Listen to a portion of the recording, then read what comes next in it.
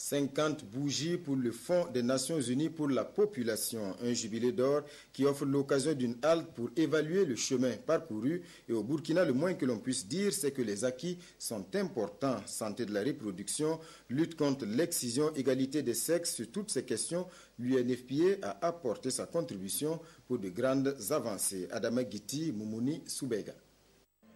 Créé en 1969, l'UNFPA est un organisme des Nations Unies chargé d'œuvrer à la promotion des questions sociales comme la santé et la promotion de l'égalité des sexes. 50 ans après, c'est un bilan satisfaisant que la représentation de l'institution au Burkina dresse devant ses partenaires.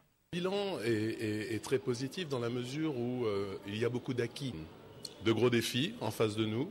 Les objectifs transformateurs sont zéro pratique néfaste envers les femmes, zéro décès maternel évitable et zéro besoin non satisfait en matière de planification familiale. Au Burkina Faso, des actions menées grâce à l'appui de l'UNFPA ont permis d'améliorer les performances dans le domaine de la santé sexuelle et reproductive et la réduction des mutilations génitales féminines.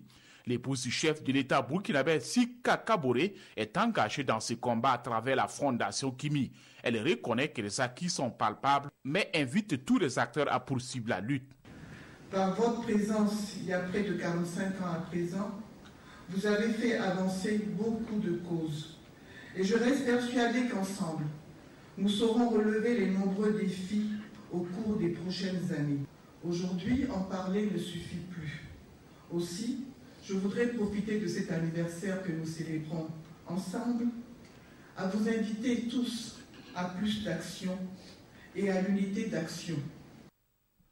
En plus des 50 ans de l'UNFPA, les Nations Unies et les États partis célèbrent ce 25 octobre les 25 ans de la CIPD, la conférence internationale sur la population et le développement tenue au Caire en 1994. Cette instance avait vu l'adoption d'un programme d'action reconnaissant la santé de la reproduction, l'autonomisation des femmes et l'égalité des sexes comme vecteur de développement durable.